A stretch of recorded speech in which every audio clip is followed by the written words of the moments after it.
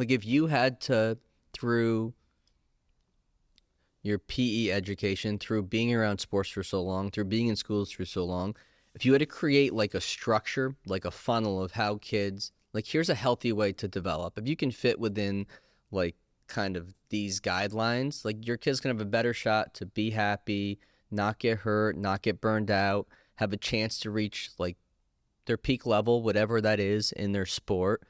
Like what would you say the biggest things are at the elementary level? Well, I think it's funny. You started at elementary, but I think that's where it is. But you start there in elementary and you keep the same things. I think it's fun. I think it's play. I think it's tag games, right? I think it's whatever you want to do. Move, play outside, experiment. You know, you hear stories of athletes picking up a lacrosse stick for the first time as a junior or a senior and being really good. Well, because they're an athlete. Yeah. Like you may not need overtraining and doing this and doing that and do it this way, step this way. Guess what? Your body's going to be totally different in 2 years. Now the way you're stepping doesn't feel right. Just play. That's an interesting thing because in this realm, like people dabble in training younger kids, let's say elementary to early middle school level, and things can become really rigid in the weight room. When you lunge, you got to plant your foot this way, get your butt going back this way. All right, when we start with our sprints, this has to be here, this has to be there.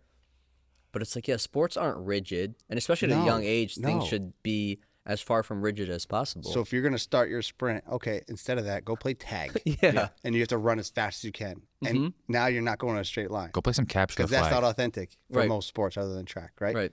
So just playing. How many schools do you drive by or parks you drive by where the ball fields are empty, the courts are empty, but then you go book a time at the gym and it's packed with kids. There's training on turf. It's everywhere. Yeah.